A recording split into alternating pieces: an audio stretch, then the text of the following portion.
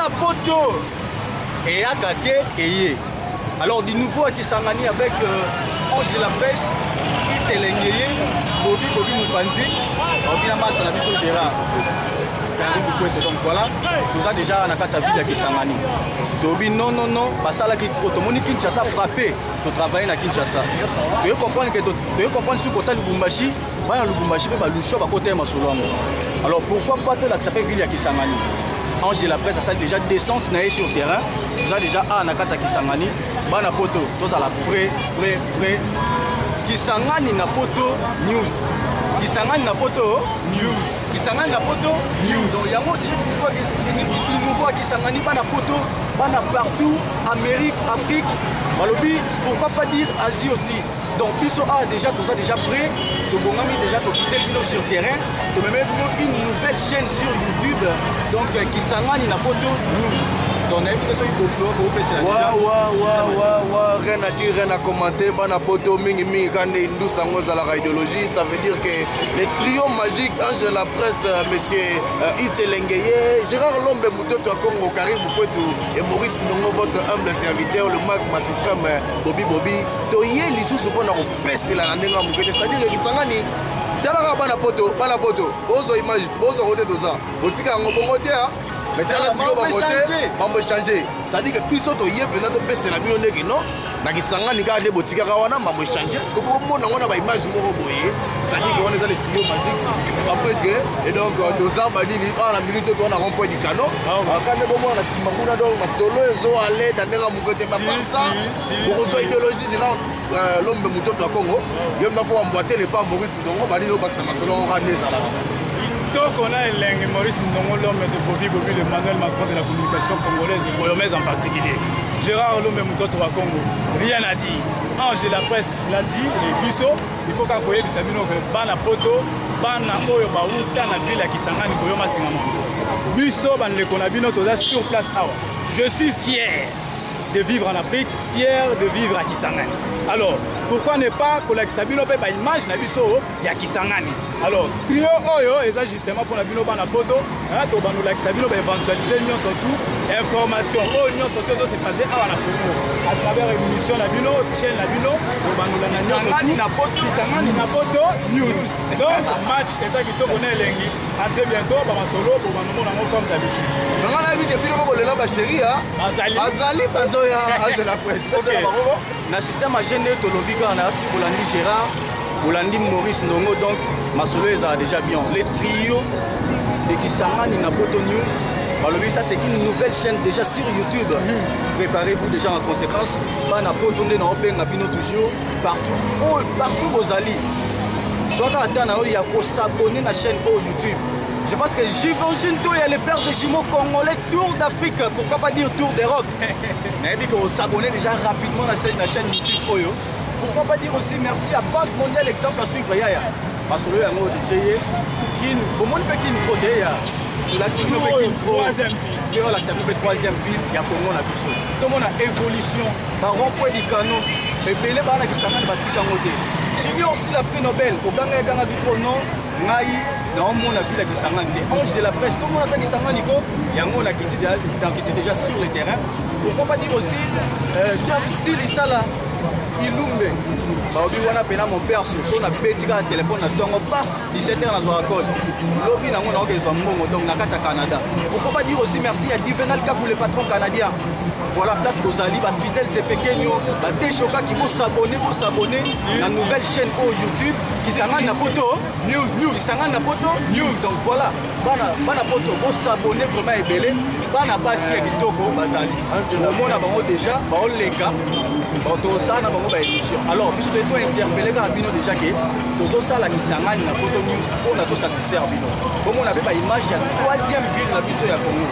Comme on a une image avec Chikas, Yemo déjà donc derrière, toujours derrière la caméra. Aza, Chikas, Kassongo, Chikas, donc Maurice Ndongo, tu continues ma solo. Ouais, bon, mon Ange de la presse, quand on est au bar, c'est-à-dire que Kisangani, tout ce qui est Kisangani, va à poto.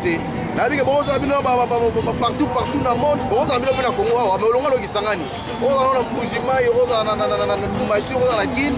On a posé au début parce que on a posé au début Moi Kiswahili ça là. Donc ça tunasema vile mambo zoaze badini hapa kwetu Kisangani na pita bulaya. C'est-à-dire que notre zoa na ninga mabe.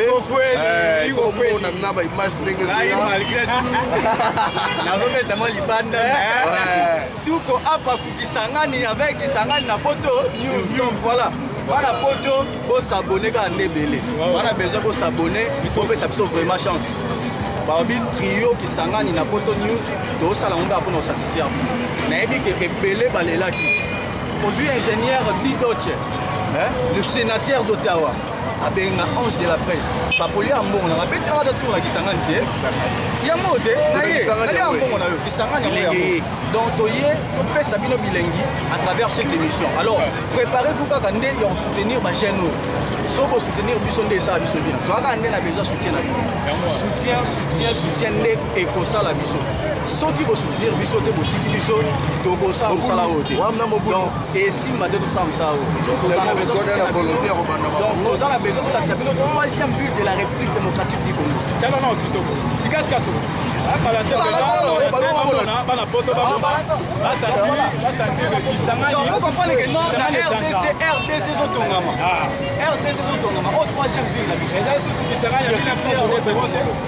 Je suis fier d'être congolais, donc voilà.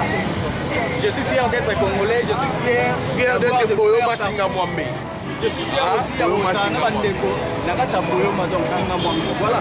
Donc le trio magique avec Souci Gane, soutien à Bino.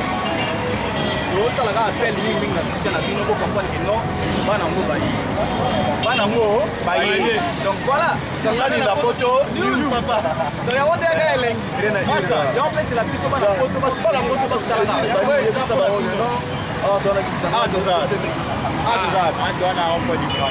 La ville Nini. Ville de Kisangani. 40e ville à Congo.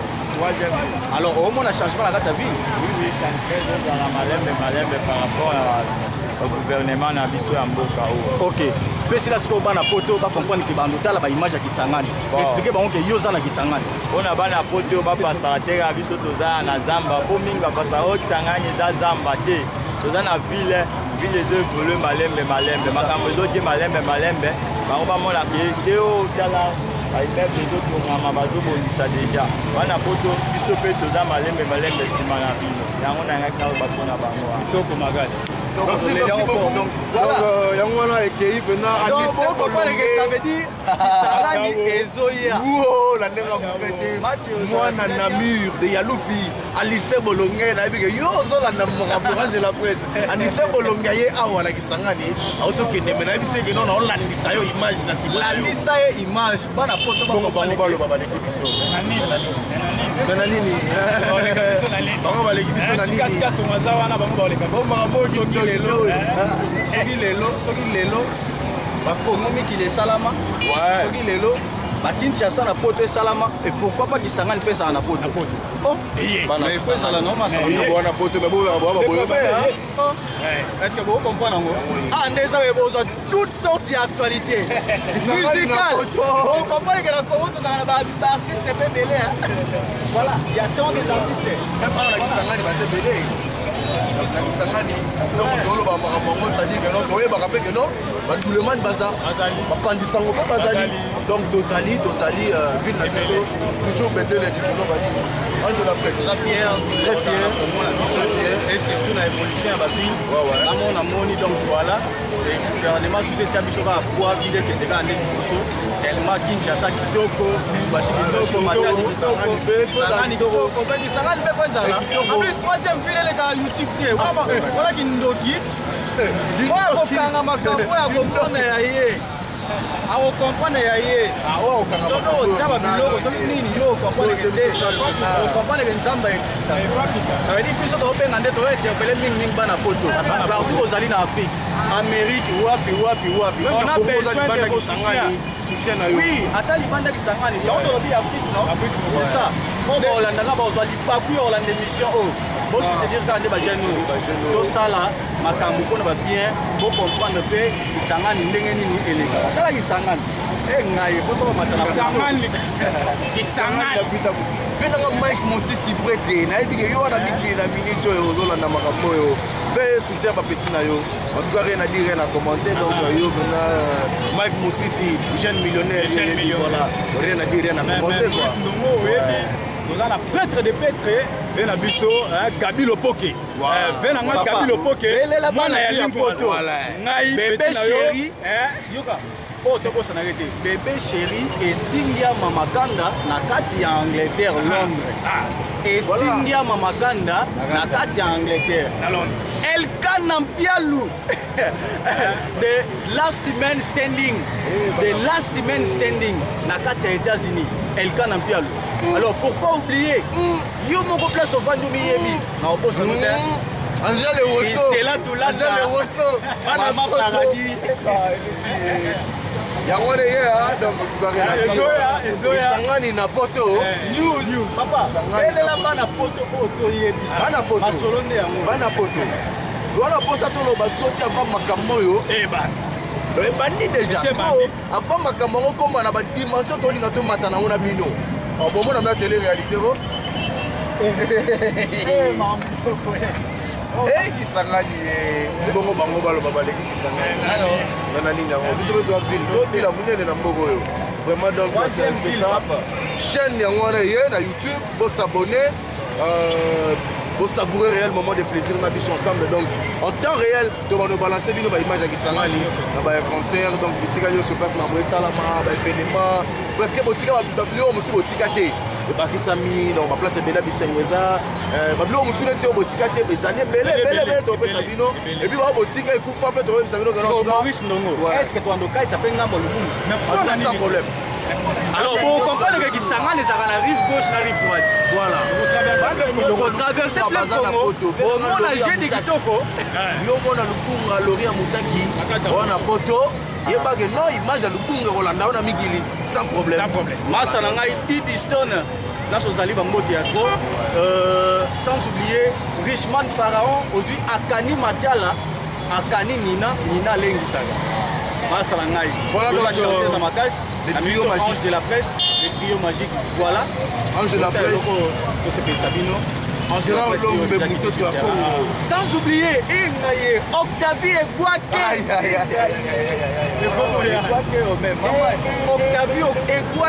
Octavie et Guaké. Pardon. Rien à dire. Donc le trio magique, quand on est au Nabiso, donc tu peux suivre déjà chaîne de télévision, donc vous s'abonner sur YouTube, qui s'engage dans Poto News avec le célèbre ange de la presse. Ite Lengeye, pourquoi pas Gérard Lombe, Mototo Congo, Caribou Kwetu et votre humble serviteur, le Mac Massipa Moulard de la presse Maurice Ndongo, Monsieur Bobby, c'est-à-dire Boyoma Kissengo, Soasko Biloro, Lengeye, Caribou, Bobby, le trio Nango Sikoyo, le pèse à ce côté. Qui s'engage dans Poto Donc voilà, ça gagne la mouée, ça bien. Voilà, chers téléspectateurs partout où vous êtes dans le monde entier, nous sommes très ravis et très heureux de nous avoir suivis à travers cette nouvelle chaîne YouTube qui s'appelle Napoto News. On est vraiment content de vous. Voilà, on va faire des choses pour vous satisfaire partout où vous êtes dans le monde entier, ensemble avec les trios magiques. Voilà, merci à tous. On se retrouve au prochain numéro.